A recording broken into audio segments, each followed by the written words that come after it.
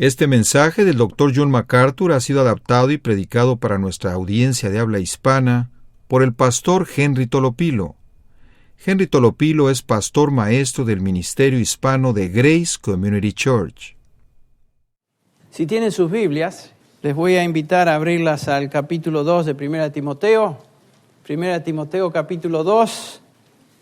Y hoy continuamos y concluimos el estudio sobre el papel de la mujer en la iglesia. Estamos estudiando los versículos del 9 al 15 del capítulo 2 de esta preciosa epístola, primera epístola de Pablo a Timoteo. Vamos a dar lectura como introducción al tema una vez más, los versículos del 9 al 15 que dicen así: Asimismo, que las mujeres se vistan con ropa decorosa, con pudor y modestia, no con peinado ostentoso, no con oro o perlas o vestidos costosos, sino con buenas obras, como corresponde a las mujeres que profesan la piedad. Que la mujer aprenda calladamente o en silencio, con toda obediencia o sujeción. Yo no permito que la mujer enseñe ni que ejerza autoridad sobre el hombre, sino que permanezca callada. Porque Adán fue creado primero, después Eva, y Adán no fue el engañado, sino que la mujer, siendo engañada completamente, cayó en transgresión. Pero se salvará engendrando hijos si permanece en fe, amor y santidad con modestia. Un pasaje muy interesante, particularmente la última parte que vamos a examinar en esta mañana. Pero a modo de repaso, quisiera recordarles que esta epístola fue escrita por Pablo a Timoteo, como sabemos, su delegado apostólico, quien estaba como pastor en la ciudad de Éfeso. Había sido dejado en esta ciudad para corregir la falsa doctrina que se había introducido en este lugar. Falsa doctrina que, por supuesto, había afectado la práctica de la iglesia también. Siempre que hay falsa doctrina, va acompañada de una conducta impía. Y, por supuesto, los temores del apóstol Pablo, de los cuales él habló en el capítulo 20 de Hechos, a los ancianos de la congregación en Éfeso, se habían convertido en realidad. Recuerden las palabras de Pablo a estos ancianos de Éfeso allá en Hechos 20, 29, cuando les dice: sé que después de mi partida, hablando de su salida de Éfeso, vendrán lobos feroces entre vosotros que no perdonarán al rebaño. Y que de entre vosotros mismos se levantarán algunos hablando cosas perversas para arrastrar a los discípulos tras ellos. Los falsos maestros hablan cosas perversas, contrarias a la doctrina apostólica, y el propósito que aquí vemos es que no es para llevar discípulos a Cristo, sino que es para llevar discípulos tras ellos mismos. La iglesia en Éfeso había tenido un gran comienzo, pueden leer esto ustedes en el capítulo 19 de Hechos. Nació como consecuencia de un gran avivamiento, surgió de un contexto pagano que, por supuesto, no tiene paralelo en todo el relato del libro de los Hechos. Fue una iglesia única, un excelente comienzo. Y Pablo la estableció y ahí vivió entre ellos enseñando por 3 años. Pero como lo había predicho él, falsos maestros se habían introducido y habían comenzado su obra de ponzoña, de infectar, de apartar a los discípulos de la doctrina que el Nuevo Testamento llama la doctrina apostólica, la doctrina sana, la doctrina que los apóstoles recibieron directamente del Señor Jesús. Y la habían reemplazado con falsa doctrina, por supuesto. 2 de estos líderes se encuentran mencionados en el capítulo 1 de esta epístola. Sus nombres son, ya los hemos estudiado, Himeneo y Alejandro, a quienes Pablo mismo entregó a Satanás. Ustedes recuerdan cuando estudiamos eso, se encuentra en el versículo 20 del capítulo 1. Toda esta epístola es un tratado de cómo lidiar con falsos maestros, falsa doctrina y por consiguiente conducta equivocada o conducta impía. Entre paréntesis, gran parte de las epístolas del Nuevo Testamento son polémicas por naturaleza. Esto quiere decir que fueron escritas para confrontar, el error doctrinal y aquellos que lo propagan. Y por esta razón es absurdo decir, como algunos dicen y piensan, que no están interesados en doctrina. sino que están interesados en la vivencia cristiana, en alabar a Dios. Y la doctrina realmente no es importante. La pregunta que tenemos, ¿cómo podemos adorar a Dios, alabar a Dios como Él quiere? ¿Cómo podemos vivir cristianamente como Él demanda si no estamos expuestos y sumergidos en la doctrina apostólica, en la doctrina de la palabra de Dios? Todo el Nuevo Testamento es un tratado doctrinal. Así que es absurdo decir que uno no está interesado en doctrina. Entre las falsas nociones que se habían introducido en esta iglesia, se encontraba el concepto de que no había distinción alguna entre hombres y mujeres en cuanto a la función de ellos dentro de la congregación.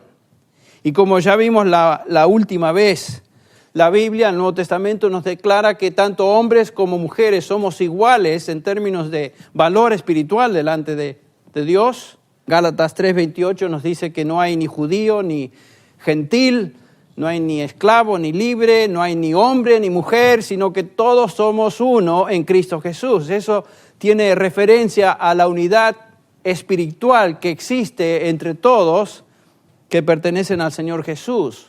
Pero como vimos también, esta distinción o esta igualdad espiritual, mejor dicho, no equivale a igualdad de función dentro de la iglesia. A la luz de lo que Pablo enseña en este capítulo 2, y los requisitos de un anciano que vamos a ver comenzando la próxima semana en el capítulo 3, podemos concluir que varias mujeres dentro de la iglesia o dentro de la congregación estaban aspirando a una posición de prominencia en la iglesia, la cual no les pertenecía.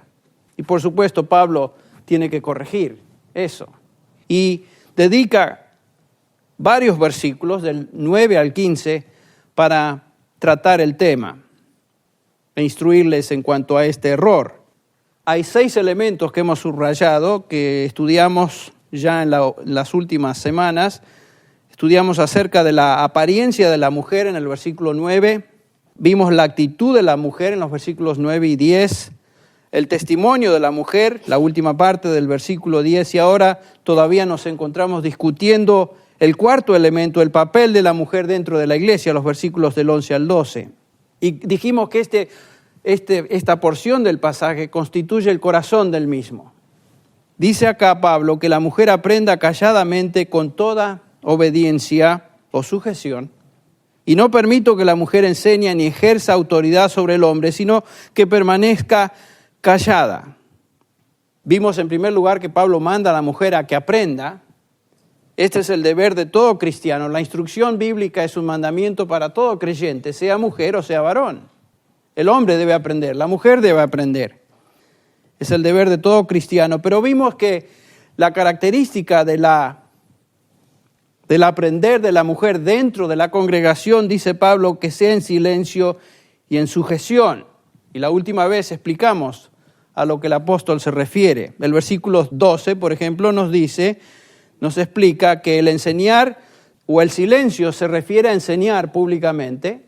La mujer no tiene esa posición. Y la sujeción se refiere al hecho de que no puede ejercer autoridad sobre el hombre. Lo que Pablo está diciendo es que cuando la iglesia se encuentra reunida para adorar, como lo hacemos en este momento, debe haber una línea de distinción clara entre el papel de los hombres y el papel de las mujeres. Los hombres fueron llamados por Dios a constituir el liderazgo de la iglesia. Ellos son los que guían en la enseñanza, la oración y la predicación. Y las mujeres, según este pasaje, deben aprender en silencio y en sujeción. Y Pablo da una prohibición muy, muy clara. Y como vamos a ver, no es invento de él. Dice, no permito que la mujer, o no permito a la mujer enseñar. Este es un término que se refiere a permitir algo que alguien desea. Da por sentado eso. En otras palabras, la implicación es que había mujeres dentro de la congregación en Éfeso que deseaban enseñar y deseaban ejercer dominio sobre los hombres. Este era el problema en Éfeso. Y Pablo no se está refiriendo a un caso hipotético, no es algo que él inventó, sino que es algo que estaba sucediendo en esa iglesia. Mujeres que deseaban hacer lo que él en este pasaje está prohibiendo. Y por supuesto, el problema existe hoy también en muchas iglesias, donde las mujeres desean enseñar y predicar y tomar autoridad, igual que los hombres o por encima de los hombres, algo que la Biblia positivamente prohíbe. Este es parte del conflicto, por supuesto, que se originó en el jardín del Edén después de la caída. Ustedes recuerdan, en Génesis 3:16, dice: a la mujer dijo, en gran manera multiplicaré tu dolor en el parto, con dolor darás a luz los hijos, y con todo tu deseo será para con tu marido, y él tendrá dominio sobre ti. Parte de la maldición de Dios sobre los hombres y las mujeres es que la mujer siempre trataría de controlar al hombre. Eso es lo que se refiere el pasaje. Tu deseo será para con tu marido. No tiene nada que ver con deseo sexual. Está hablando con tu deseo será para con tu marido en el sentido de tratar de controlarlo. Y el hombre tendrá dominio sobre ti. Esta frase, tu deseo será sobre y él tendrá dominio, se encuentra únicamente en el Pentateuco, en el capítulo 4 de Génesis, versículo 7, donde el Señor le habla a Caín y le dice: si haces el bien, no serás aceptado. Y si no haces el bien, el pecado yace a la puerta y te codicia o te desea. El pecado estaba deseando a Caín, estaba deseando controlar a Caín. Pero tú, dice el Señor, debes dominarlo. La misma construcción gramatical se encuentra en este pasaje que vemos ya en Génesis 3:16. Existe una lucha continua entre el deseo de controlar y el dominar ese deseo. La mujer siempre, desde la caída hasta el presente, ha tratado de controlar al hombre. Eso es algo que la Biblia nos enseña. Pero es una tendencia que es el resultado de la caída. Esta es la causa del conflicto perennial, el conflicto eterno que existe entre esposos y esposas. Siempre está ahí. Todo conflicto entre hombre y mujer tiene su origen en Génesis 10 y el resultado de la caída y la maldición de Dios sobre ambos. Esto no quiere decir que esta lucha termina cuando nos convertimos a Cristo. Cuando nos convertimos a Cristo, por lo menos, aunque está la lucha y a veces caemos, podemos ir al Señor y decir: perdóname, Señor, ayúdame a levantarme y por tu gracia y en tu espíritu voy a tener victoria sobre esto. Pero la lucha siempre está ahí. Así que, hermano o hermana, no te desanimes mucho si estás observando eso en tu vida. Es parte de lo que viene de Génesis 3. Y Pablo, con autoridad apostólica, les dice: no les permito hacer eso, aunque lo deseen. Y por supuesto, esta prohibición se limita, como ya dijimos, a la reunión oficial de la iglesia. Pablo está hablando de cuando la iglesia se reúna. Esta es la prohibición. No puede enseñar ni puede tener autoridad sobre los hombres. Hay un contraste, por ejemplo, en la epístola de 1 Corintios, entre la reunión de la iglesia y lo que uno hace en casa. Por ejemplo, en 1 Corintios 11:18 dice Pablo: en primer lugar, oigo que cuando os reunís como iglesia, ahí está la reunión de la congregación, hay divisiones.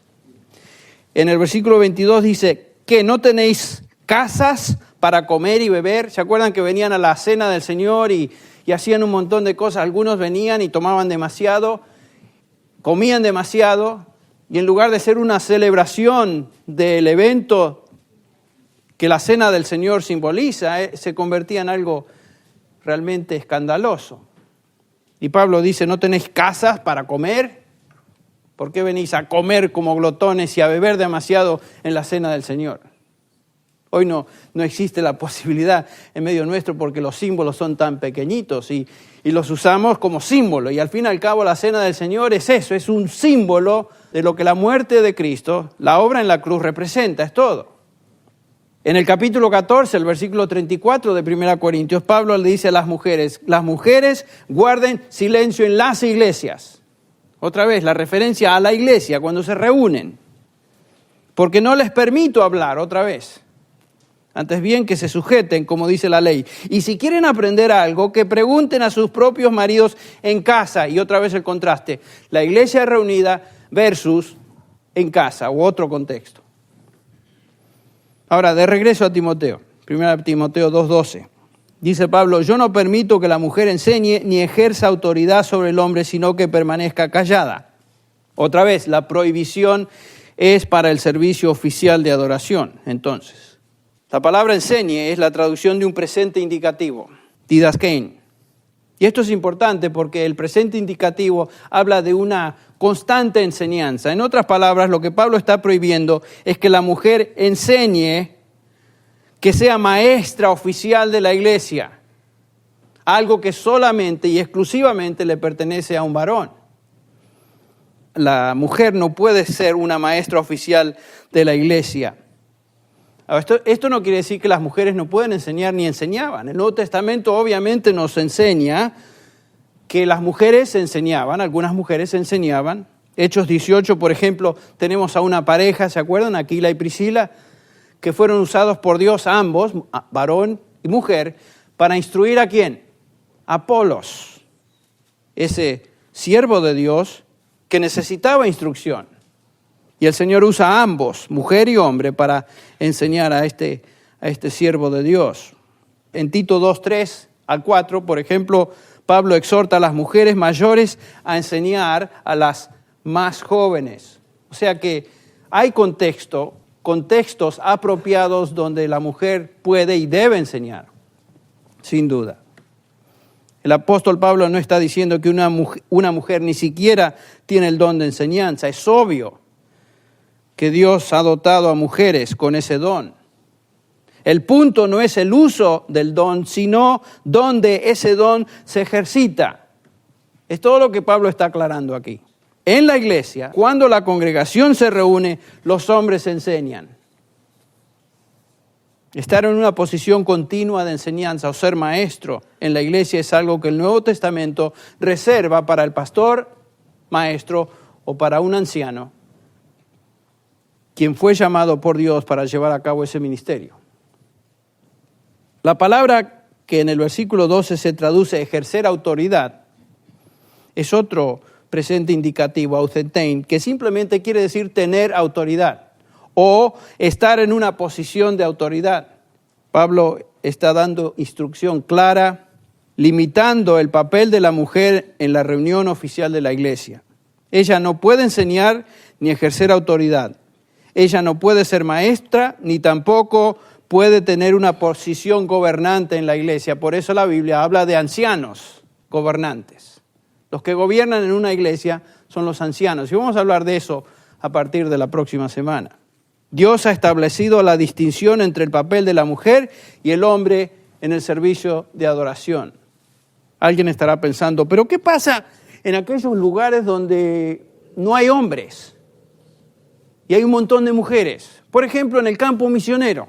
Es cierto, por experiencia lo hemos observado, que por lo general son las mujeres las que vienen a Cristo primero y siempre hay más mujeres que están, parece, envueltas en la congregación que varones. ¿Qué acerca de esas personas? ¿Qué acerca de estas situaciones? Son preguntas interesantes, pero realmente no cambian el principio que Dios ha establecido en su palabra. En otras palabras, Dios o Pablo no nos da alguna instrucción particular para casos donde no hay hombres capacitados en la iglesia. Lo que estoy diciendo es que Pablo no nos instruye. Bueno, en el caso de que no haya hombres, entonces sí, éntrenle. Mujeres, no dice eso Pablo en ningún lugar. Dios no viola sus principios para acomodar una situación particular. Si faltan hombres, el Señor Jesús nos da la respuesta. Orad al Señor de la mies para que envíe ¿qué? Obreros a su mies. No es cuestión de romper el principio, es cuestión de ser obedientes a lo que Dios nos indica. Una ilustración. Ustedes recuerdan los misioneros ya en los años 50, Elliot, y aquellos misioneros que aterrizaron en Ecuador y fueron asesinados por los indígenas Auca. Y la única sobreviviente de este crimen fue la esposa de uno de estos misioneros, Elizabeth Elliot. Y ella estaba consciente que como mujer, después de que varios se convirtieron a Cristo, ella no podía predicar. Y ella no quería violar el principio que Dios establece en su palabra. Entonces lo que ella hacía es que semanalmente instruía a uno de estos indígenas varones. Entre semana les daba una lección bíblica particular aparte a él. Y este varón el domingo se paraba y enseñaba esa lección a la congregación. Y ¿saben qué? Elizabeth era la única misionera que hablaba el Auca. Sin embargo, nunca quiso violar este principio bíblico, sabiendo que la mujer, la posición, el lugar y el papel de la mujer no era para que ella públicamente enseñara a la congregación, sino que era el lugar de un varón. Y lo que ella hizo entonces, tomó a un varón, lo instruyó aparte, así como Aquila y Priscila, le enseñó y él ahora podía enseñar a la congregación. ¿Ven? No hay necesidad de violar un principio bíblico. Dios ha establecido las funciones y papeles de hombres y mujeres en su iglesia y ese es su diseño. Y hablando de diseño, esto nos lleva al quinto punto en nuestra lista, nuestro bosquejo, el diseño de la mujer, versículos 13 y 14. Pablo dice en el versículo 13, porque Adán fue creado primero y después Eva. Y Adán no fue engañado, sino que la mujer, siendo engañada completamente, cayó en transgresión. Una de las nociones equivocadas que flotan por ahí es que el papel subordinado de la mujer es una corrupción del diseño original. Y la subordinación, dicen algunos, es la consecuencia de la caída del ser humano en pecado. Pero como vimos y como vemos aquí, Pablo no nos dice que el papel subordinado de la mujer es el resultado de la caída, sino que es el orden establecido por Dios en la creación. Adán fue creado primero y después Eva.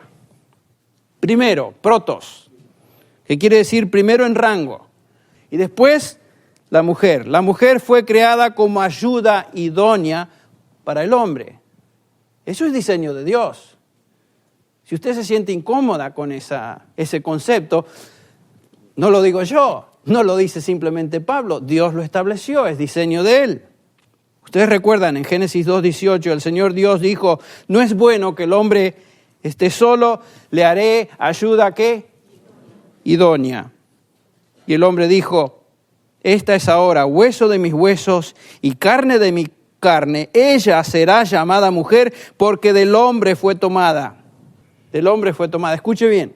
Antes que el pecado entrara en la experiencia humana, antes de la caída, Dios ya había establecido el orden de relación entre hombre y mujer. O sea que no es consecuencia de la caída, es consecuencia del diseño de Dios, el orden de la creación. Lo mismo se enseña en 1 Corintios 11, cuando Pablo describe en el versículo 8, porque el hombre no procede de la mujer, sino la mujer del hombre. Pues en verdad el hombre no fue creado a causa de la mujer, sino la mujer a causa del hombre. ¿Ven? El orden de subordinación no proviene de la caída, sino de la creación. Dios hizo al hombre primero como líder en la relación e hizo a la mujer como complemento a su esposo para vivir bajo la seguridad y fortaleza y protección de su esposo. Este es el diseño original. La inclinación a dominar al hombre viene como resultado de la maldición. Esa es otra cosa, pero eso es después de la caída. El vivir en sujeción al hombre no es algo que tiene sus raíces en alguna cultura, como algunos dicen, o es invento de hombres chauvinistas como Pablo, o el resultado de alguna influencia rabínica que se había introducido ahí. No es ocurrencia del apóstol, es parte del diseño de Dios para la mujer. Y observen lo que dice el versículo 14. Y Adán no fue engañado, sino que la mujer, siendo engañada, incurrió en transgresión. Cuando hablamos de la caída, por lo general, hablamos de la caída del hombre y nos referimos a Adán.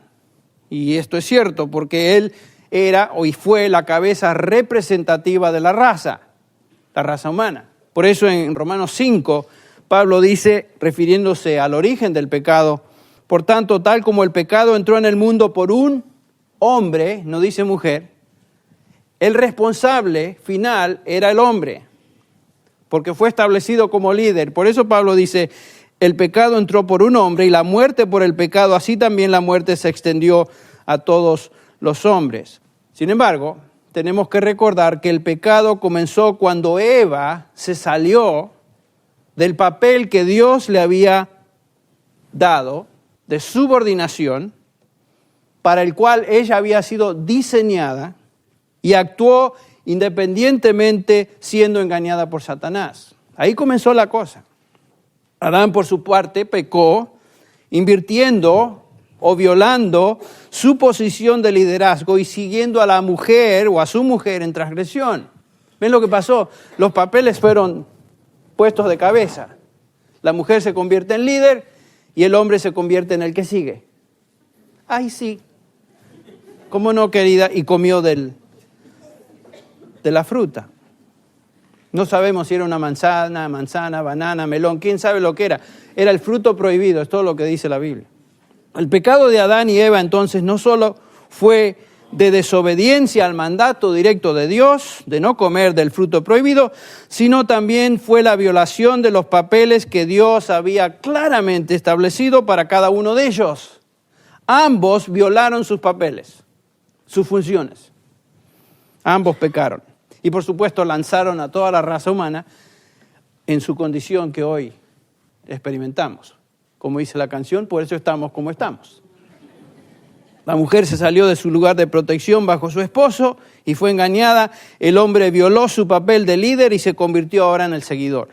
Entonces Dios estableció un orden en la creación que no puede ser violado sin consecuencias graves. Lo estableció en la relación entre esposo y esposa y lo estableció también en la iglesia. Dios ha establecido un orden. Ahora, veamos la contribución de la mujer. Pareciera que el apóstol se la agarró con la mujer, pero no, vamos a ver que nos está hablando ahora a partir del versículo 15 de algo precioso que Dios ha dado a la mujer. Termina el versículo 14 diciendo que la mujer fue engañada, cayó en transgresión. Nos dice que fue engañada completamente, es la idea del verbo. Aunque el responsable de esa caída es Adán, la caída de la raza humana.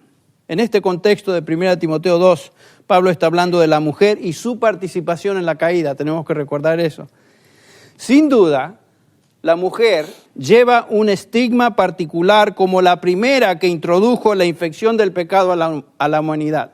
Eso sí, la primera. Y el versículo 15 nos introduce, y vamos a verlo, al medio por el cual la mujer puede quitar ese estigma y ser de especial bendición a otras generaciones. Observen lo que dice el versículo 15, y este es el que preocupa a muchas. Pero se salvará engendrando hijos si permanece en fe, amor y santidad con modestia. A primera vista es un versículo difícil de entender y por supuesto ha sido mal interpretado por muchas personas. ¿Qué está diciendo Pablo? ¿Está presentando una forma de salvación espiritual especial para las mujeres en contraste a los varones? ¿Será posible que una mujer se salve de sus pecados engendrando hijos? Lógicamente tenemos que concluir, no, imposible. Obviamente Pablo no está contradiciendo lo que él claramente ya ha enseñado en cuanto a la salvación. Sería una contradicción absoluta de la salvación por gracia, por medio de la fe en Jesucristo, decir que una mujer se salva engendrando hijos. Más que de aquellas que no tienen hijos. Están eternamente condenadas a una vida sin Dios en el infierno porque no tuvieron hijos. Obviamente que Pablo no está diciendo eso. Pablo en todas sus epístolas hace hincapié que hay un solo medio de salvación. Romanos 3:21, escuche lo que dice, pero ahora aparte de la ley, la justicia de Dios ha sido manifestada. Versículo 22, es decir, la justicia de Dios por medio de la fe en Jesucristo. Así es como recibimos justicia de Dios. Dios nos da su justicia. Cristo llevó nuestros pecados y en cambio nos da su justicia por medio de la fe. Por cuanto todos pecaron y están destituidos de la gloria de Dios, siendo justificados gratuitamente por su gracia, por medio de la redención que es en Cristo Jesús. El único medio de redención es Cristo. Por eso Efesios 2:9 dice, por gracia, 2:8, por gracia sois salvos por medio de la fe, no por obras para que nadie se gloríe. La salvación es por medio de la fe en Jesucristo sola y exclusivamente de eso hablamos anoche, ¿se acuerdan? No hay otro medio de redención, no hay otra forma de ser salvo. Hechos 4:12, el apóstol Pedro dice, y en ningún otro hay salvación, porque no hay otro nombre dado a los hombres bajo el cielo por el cual podamos ser salvos. No hay otro nombre, hay un solo medio, Jesús, Yeshua, el Salvador, el que vino al mundo a salvar a su pueblo de sus pecados. Ese es significado aún de su nombre, Salvador, o Dios Jehová salva. Entonces, ¿de qué tipo de salvación está hablando Pablo cuando dice la mujer se salvará engendrando hijos? Ahí está el meollo de la pregunta. En primer lugar, no se limita a Eva, porque dice se salvará. Y Eva ya había pasado a la presencia del Señor hace mucho tiempo, ¿no? O sea, no se refiere solo y exclusivamente a Eva. Tampoco se refiere a María, como algunos interpretan el pasaje diciendo que esto es una referencia a María, la madre de Jesús, que se salvará engendrando a su hijo Jesús. Eso bordea en lo absurdo, porque no podemos ver ni a Jesús ni a María en este pasaje. Ridículo esa conclusión. El contexto no tiene nada que ver con eso. Pero Pablo se refiere entonces a las mujeres en general. ¿Pero qué está diciendo el apóstol? Si engendrar hijos no tiene que ver nada con la salvación del alma, ¿qué quiso decir? La palabra salvar no siempre se refiere a salvación espiritual en la Biblia, en el Nuevo Testamento. A veces esa palabra, sozo, el mismo verbo, salvar, se traduce librar o preservar. Por ejemplo, el apóstol Pablo dice en 2 Timoteo 4:18, el Señor me librará, la palabra es la misma, me salvará, me librará de toda obra mala y me traerá salvo a su reino celestial.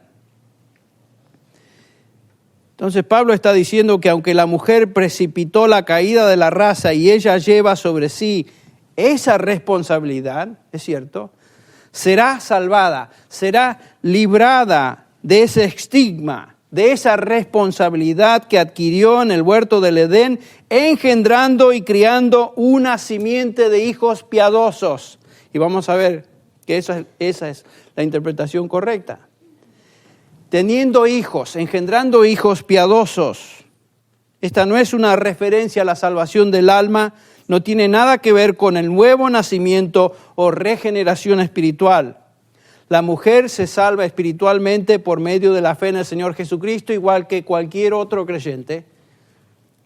Pero la mujer se salva, se libra de ser permanentemente estigmatizada por su violación en el huerto, por haber sido engañada y haber lanzado a la raza en el pecado por medio de la crianza de una simiente de hijos piadosos.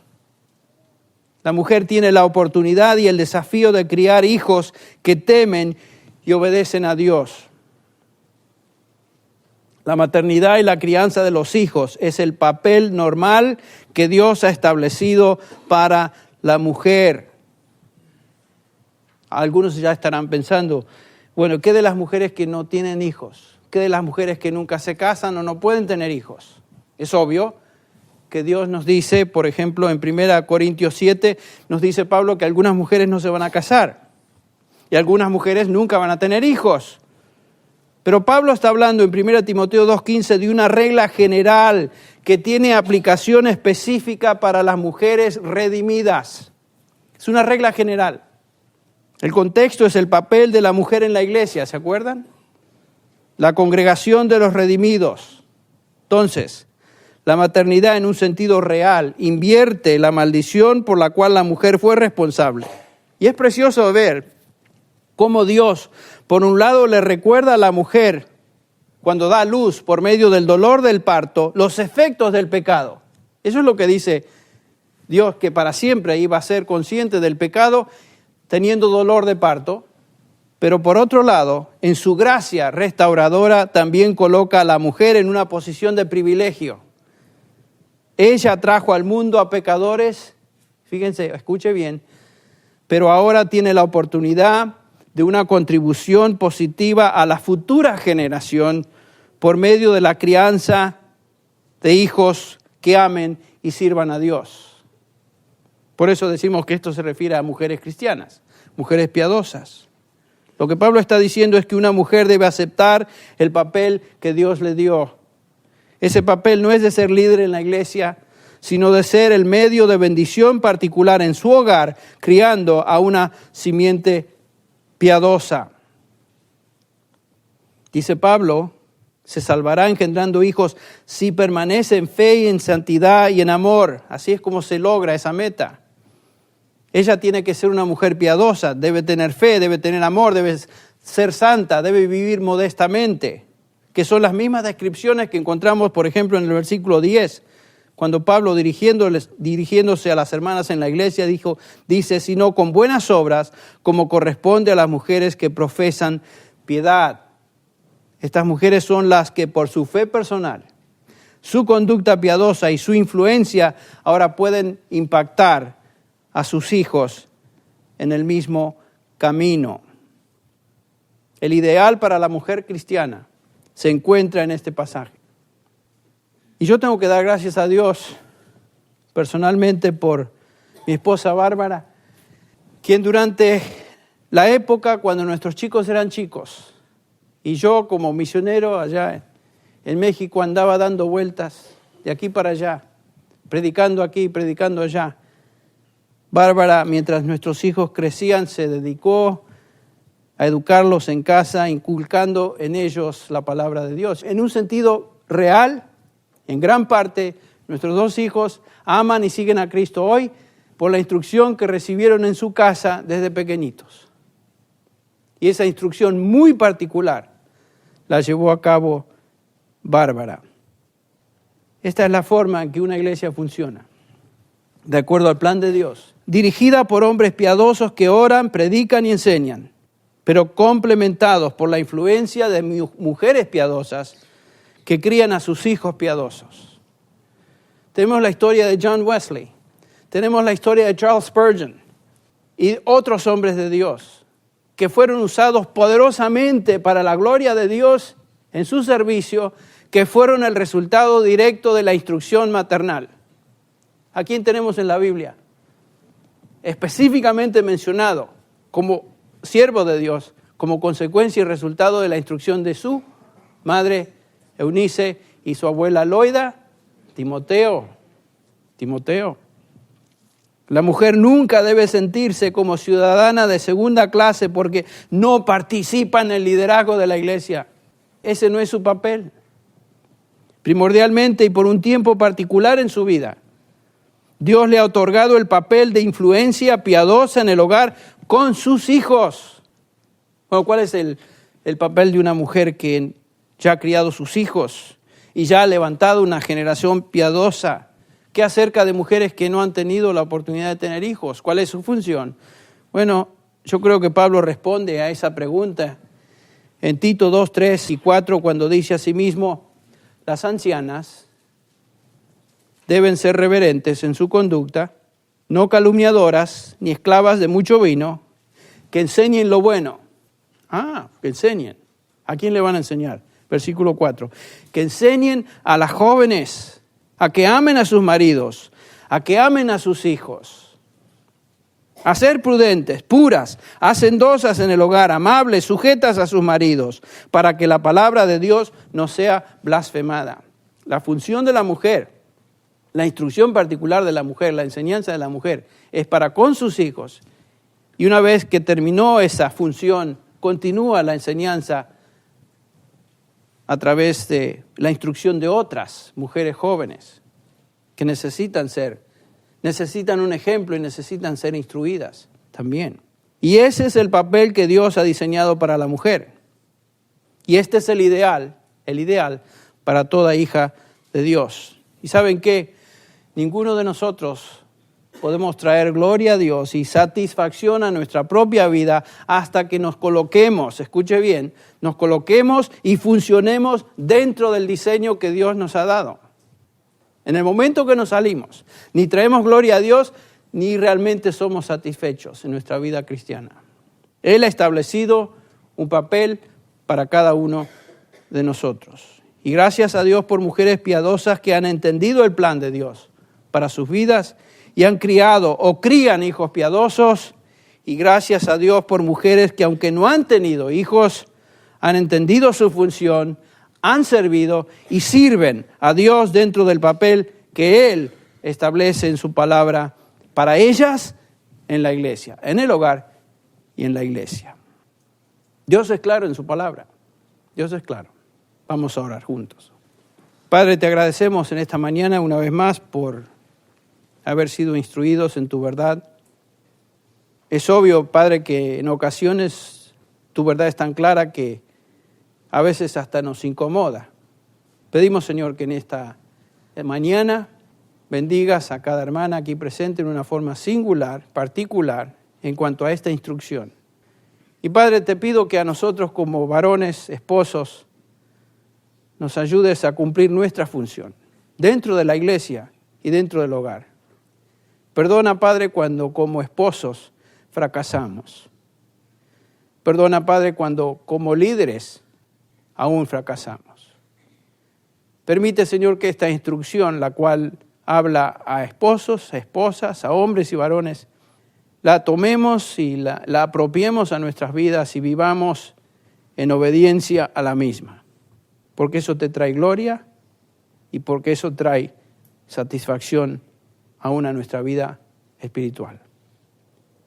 Gracias, Padre, por esto, por esta instrucción, en el nombre de Jesús. Amén. Este mensaje, predicado originalmente en inglés por el pastor John MacArthur, fue adaptado y predicado en la congregación hispana de Grace Community Church por el pastor Henry Tolopilo. John MacArthur es el pastor de Grace Community Church y el predicador del programa de radio Grace to You, el cual es escuchado diariamente en cientos de estaciones cristianas alrededor del mundo. Para ordenar copias de este mensaje o para recibir un catálogo de materiales disponible en inglés o español, llámenos gratuitamente del interior de los Estados Unidos a cualquier hora del día o de la noche. Nuestro número telefónico es 1-800-55-GRACE, 1-800-554-7223. Si usted llama de cualquier país fuera de los Estados Unidos, marque la clave internacional para los Estados Unidos